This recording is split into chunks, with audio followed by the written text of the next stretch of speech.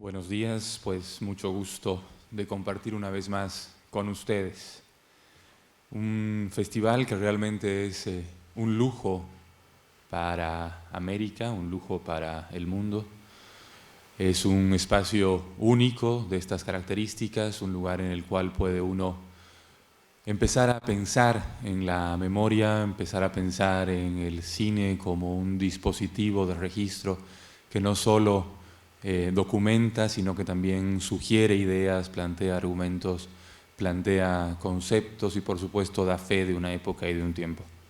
Es definitivamente el Festival de Cine Recobrado un espacio que merece ser reconocido, un espacio que nos brinda la posibilidad del encuentro, pero también nos brinda la posibilidad de sentir y pensar que el cine está vivo, ¿no? Que no es un ente muerto, sino que más bien es una cuestión bastante dinámica y que su relectura permite justamente volver a pensar y entender el mundo, la sociedad, la historia. Y como arte, como disciplina, pues la opción de integrarse dentro de un fenómeno social que tiene muchas connotaciones y bastantes aristas. Es un placer estar acá, definitivamente. Y es un placer que en esta oportunidad se haya retomado algo que el festival había dejado de lado en los últimos años, y es esta opción de tener un simposio monográfico, monotemático, en este caso dedicado a la obra de John Ford. Una de las particularidades que tuvo el Festival de Cine Recobrado fue la de generar mucho contenido acerca de diferentes autores, de realizadores que sin duda han dejado la huella en el cine. Sobre John Ford se puede decir mucho, y en verdad se ha dicho mucho.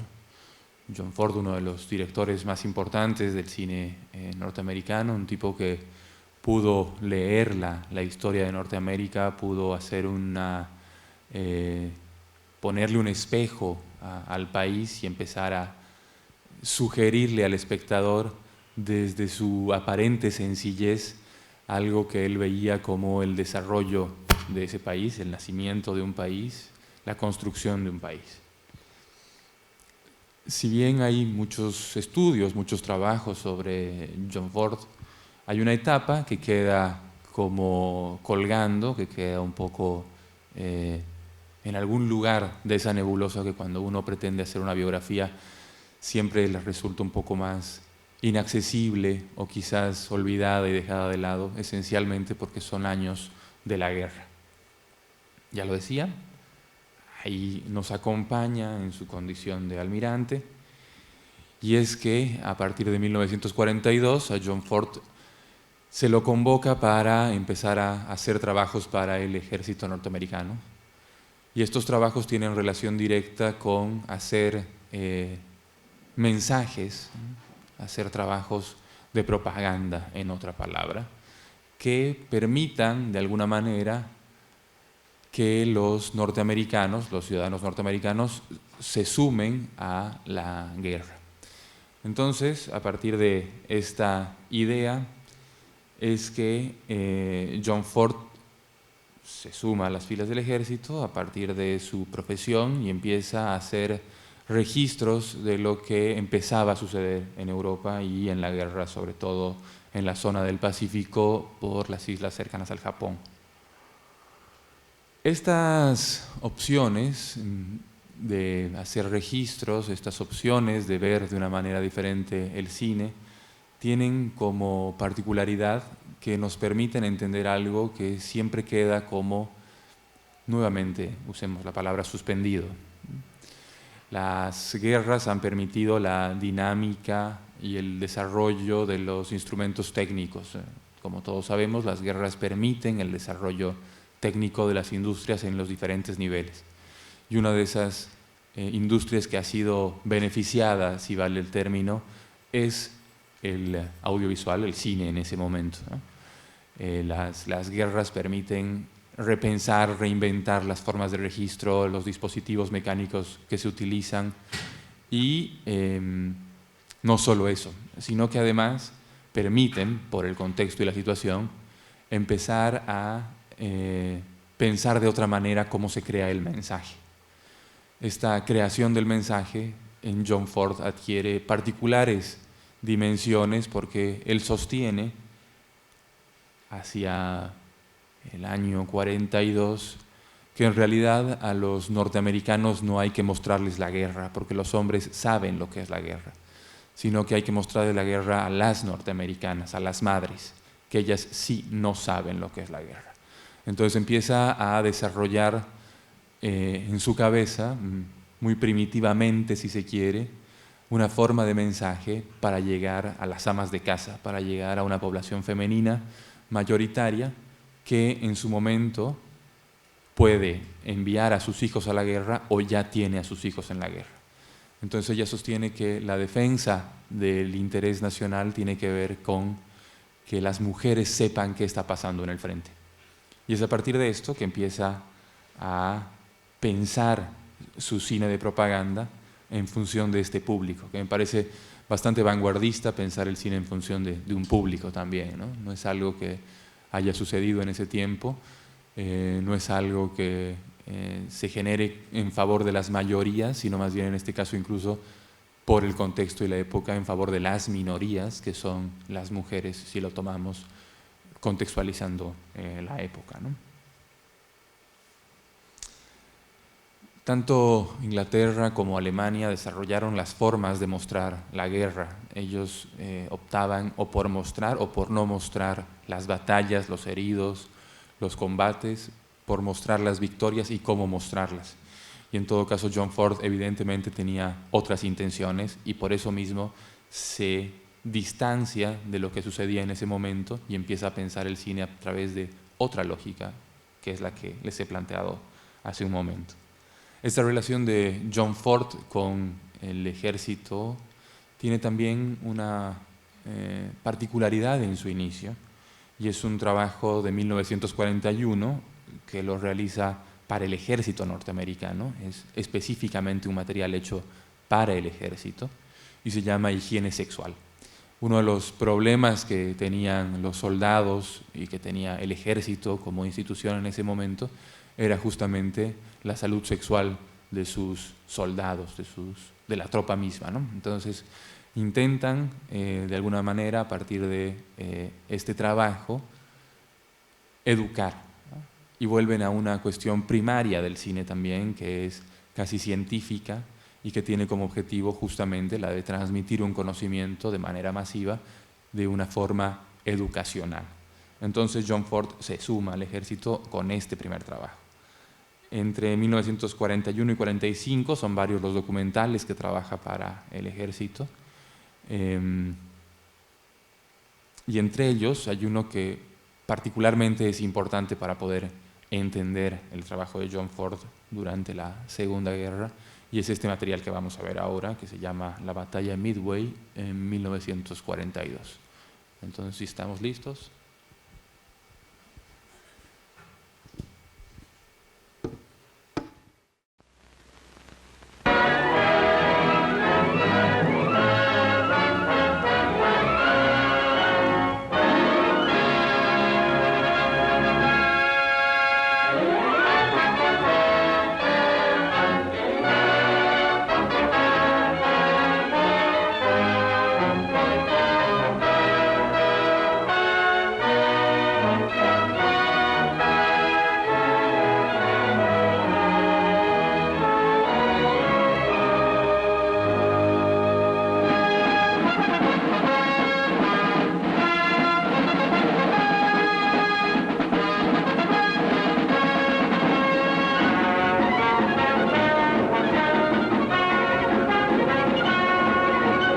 Navy patrol plane, routine patrol. Only behind every cloud may be an enemy.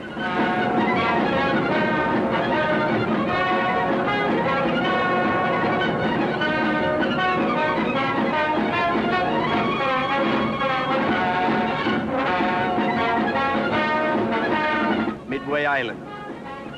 Not much land, right enough. But it's our outpost, your front yard.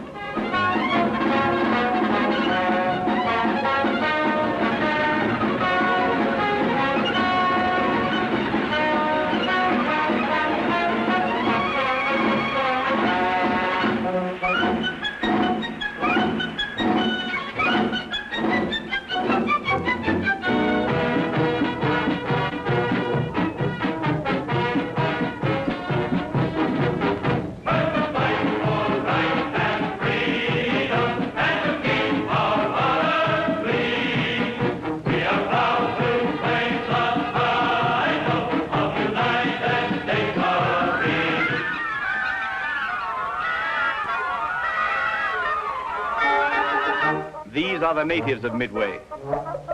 Tojo has sworn to liberate them.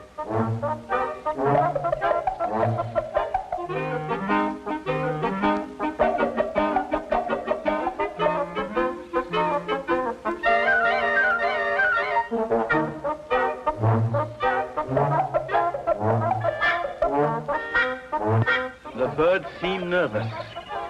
There's something in the air. Something behind that sunset.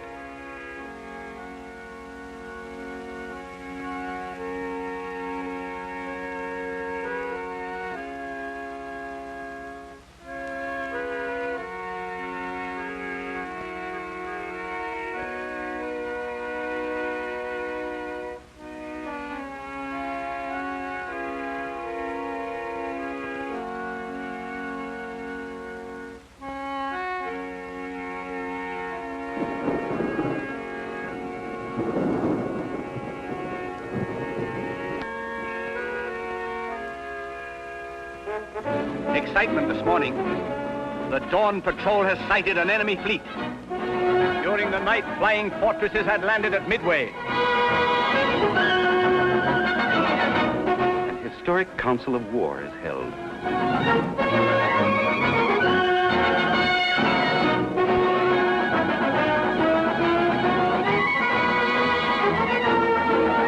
That fellow's walk looks familiar.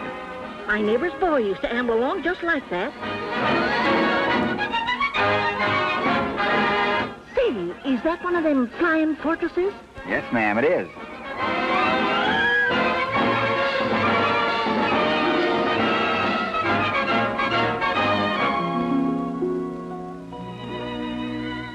Why, that's young Will Kinney. He's from my hometown, Springfield, Ohio. He's not going to fly that great big bomber. Yes, ma'am, that's his job. He's a skipper. Will's dad is an engineer. 38 years on the old Ironton Railroad. And his mother, huh? Well, she's just like the rest of us mothers in Springfield or any other American town. And his sister, Patricia, well, she's about as pretty as they come. I'll say so. Well, Junior Kinney.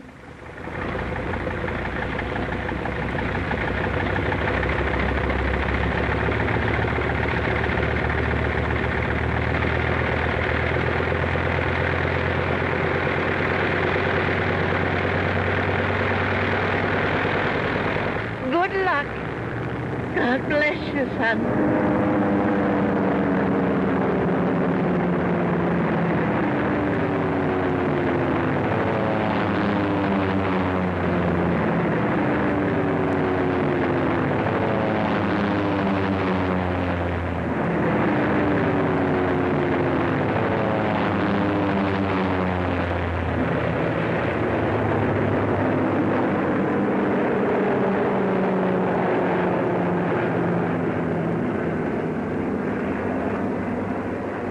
Suddenly, from behind the clouds, the Japs attack.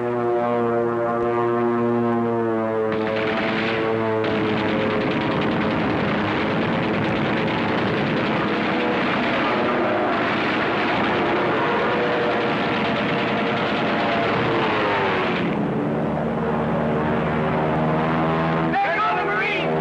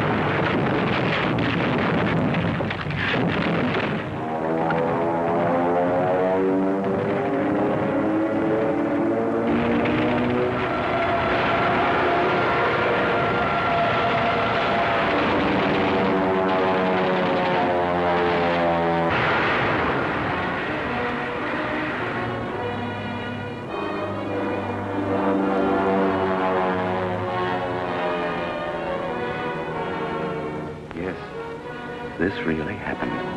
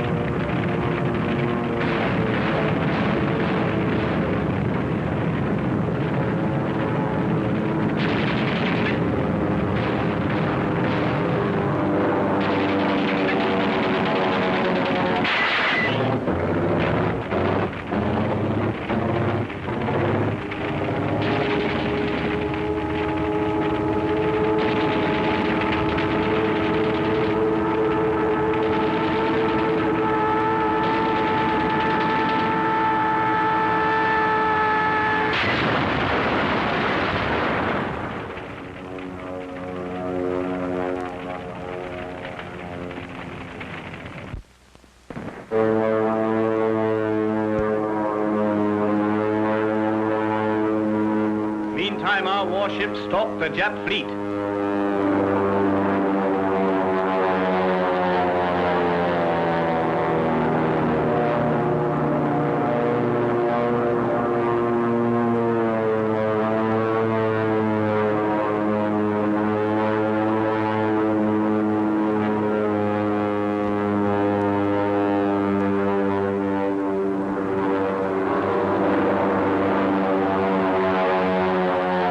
Suddenly, the trap is sprung.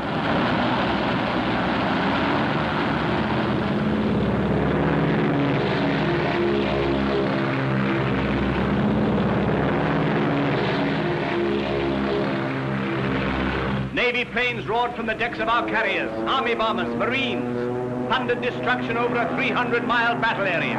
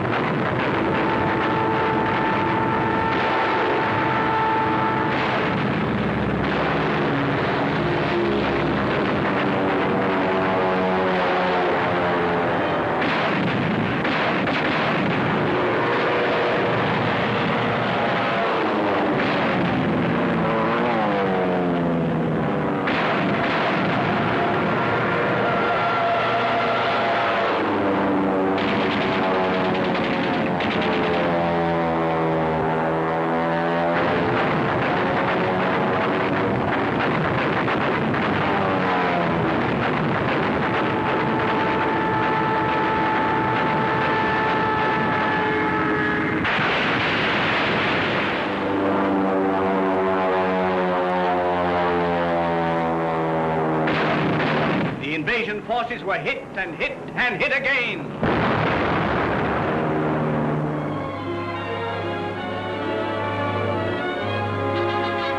Men and women of America, here come your neighbor's sons, home from the day's work. You want to meet them. There's Jimmy Thatch, 7 meatballs on his plane.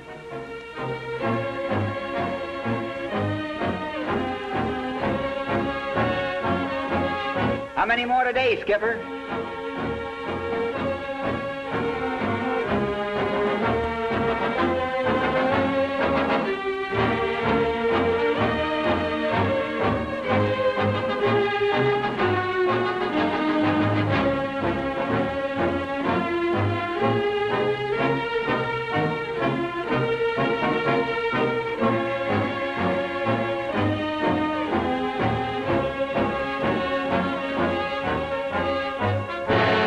Back at Midway, Tojo swore he'd liberate the natives.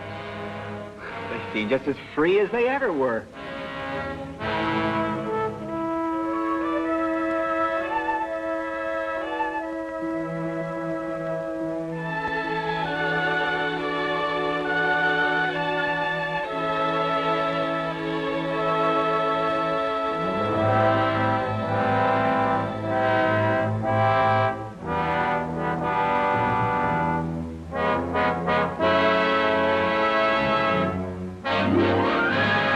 The Battle of Midway is over.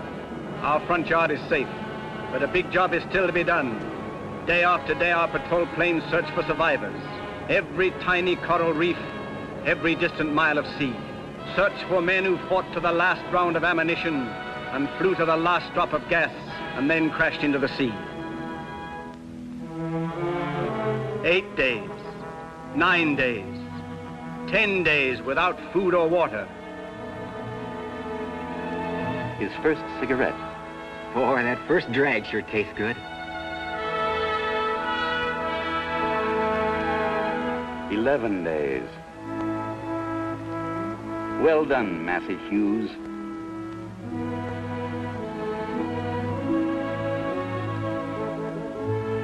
Logan Ramsey.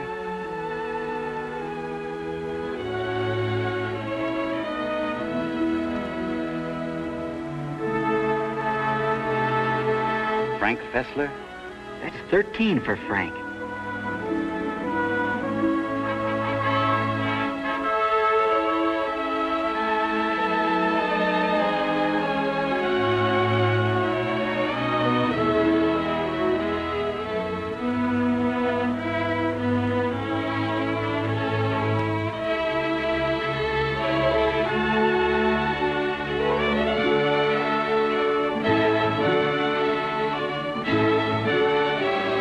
those boys to the hospital. Please do, quickly. Get them to clean cots and cool sheets.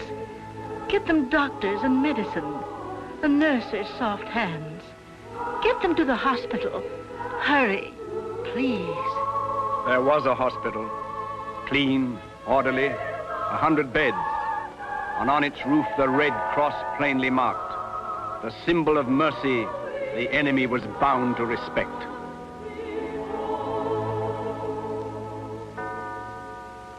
The next morning, divine services were held beside a bomb crater that had once been a chapel. At eventide, we buried our heroic dead, the last salute from their comrades and their officers.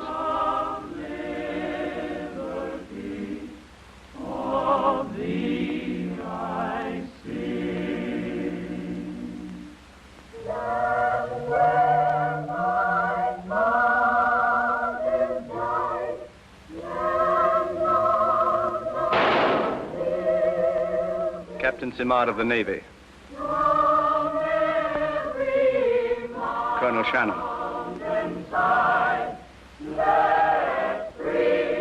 Major Roosevelt.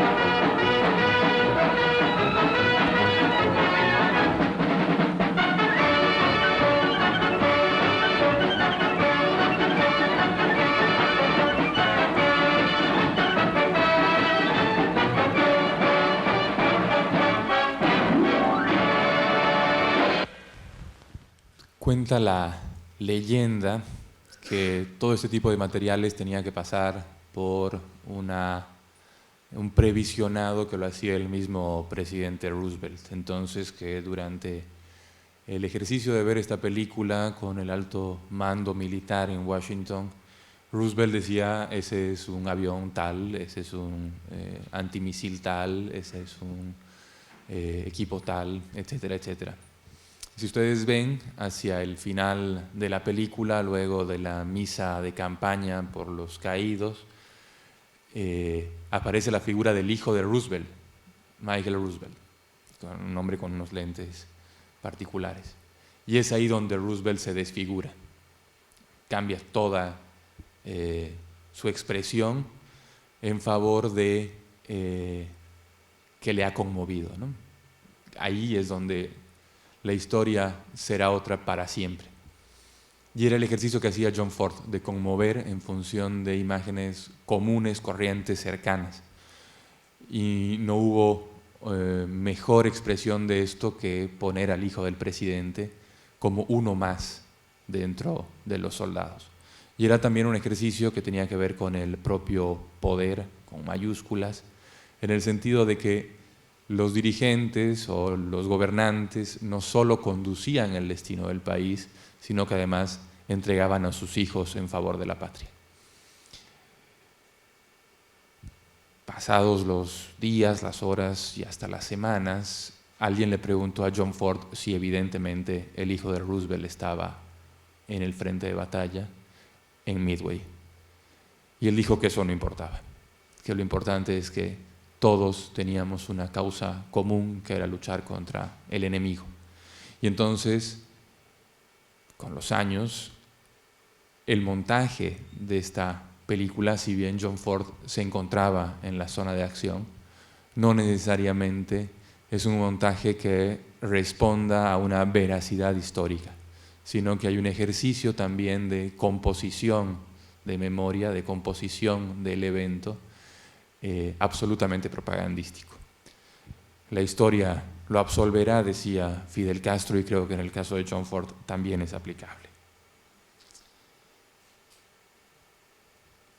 Pasados los años, se entendió que John Ford era un hombre militarista, pero no por esto belicista. Él sí creía en el orden militar, creía en las formas militares, pero no estaba de acuerdo en ningún caso con la guerra. Es más, la guerra lo marcó para siempre en su forma de pensar, de actuar y de ver la vida. Para que no crean ustedes que esto es algo antiguo, prehistórico, parte de una reunión de amigos del pasado, pues comentarles que no hace mucho Netflix ha sacado una serie dedicada a 5 cineastas que se llama Five Comeback: George Stevens, Frank Zappa, John Huston, William Wyler y John Ford, acerca de su campaña durante la Segunda Guerra Mundial. Si alguno de ustedes tiene tiempo y atención para ver algún otro tipo de contenido en una de esas tan famosas plataformas, pues ahí pueden encontrarla. Un poco ya para cerrar esta primera parte y llegar al momento melodramático en el que nos despedimos, es importante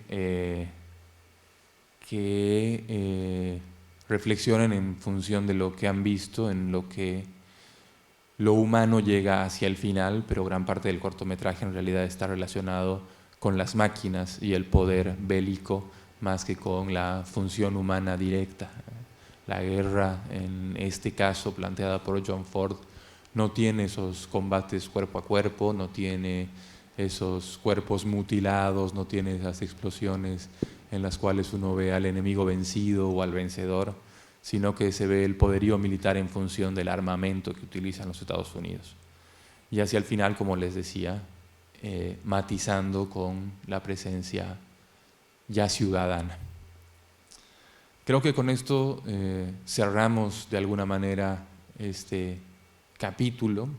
No sé si hay algunas preguntas antes de ver la siguiente película, que sí es más completa en el sentido de que de alguna forma da justamente sentido a lo que es el trabajo de John Ford en esta época, en este periodo.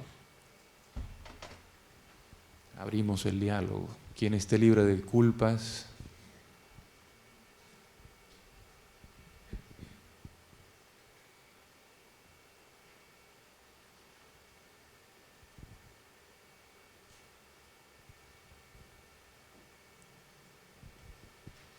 Muchas gracias, Claudio, muy interesante. Verónica. Muchas gracias, Claudio, querido amigo Claudio. Fue muy interesante tu presentación y ver este cortometraje que yo desconocía. Tú dices que no todo es veraz históricamente. ¿Es veraz o no es veraz y qué no es veraz? Es decir, me interesa a mí saber, aunque a John Ford no le hubiera interesado, si es que en efecto el hijo de Roosevelt estaba presente en esa batalla. Es decir, ¿sabemos si hay aquí falsificación histórica en el sentido estricto o no? Porque a mí sí me parece importante. Tendríamos que buscar los No archivos del Departamento de Estado. Debe ser muy simple, ¿no? Debe ser muy fácil saberlo. Sí, seguro que sí, Claro. porque podrías ver dónde estaba movilizado el hijo, ¿no? Pero en realidad creo que es también parte importante de lo que el cine construye como mito, ¿no? No, por supuesto, pero es distinto el mito si es verdad o si es mentira, ¿no? Sí.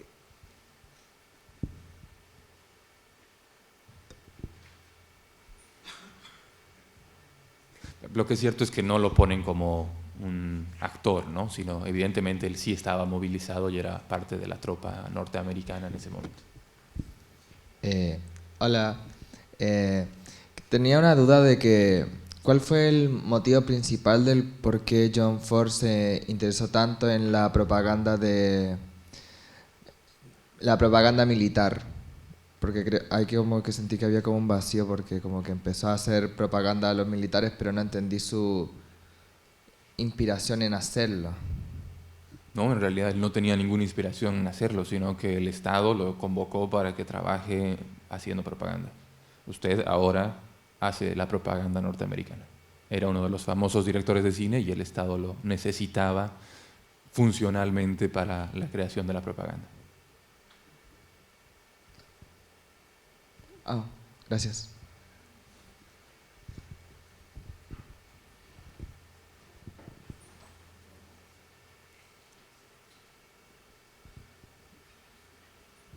Bueno, entonces, si no hay más preguntas, ha sido un gusto compartir con ustedes. Espero que sigan interesados en el cine, que John Ford les despierte curiosidad de ver de otra manera la obra de un realizador que no es continua, sino que tiene también sonoridades y profundidades que no necesariamente responden a sus intenciones, sino como planteaba el compañero en su pregunta, también se ponen en favor de una causa, en favor de un momento histórico, de una coyuntura, y muchas veces en favor de gobiernos, ¿no? Muchas gracias, Claudio. Un aplauso, por favor, para Claudio Sánchez.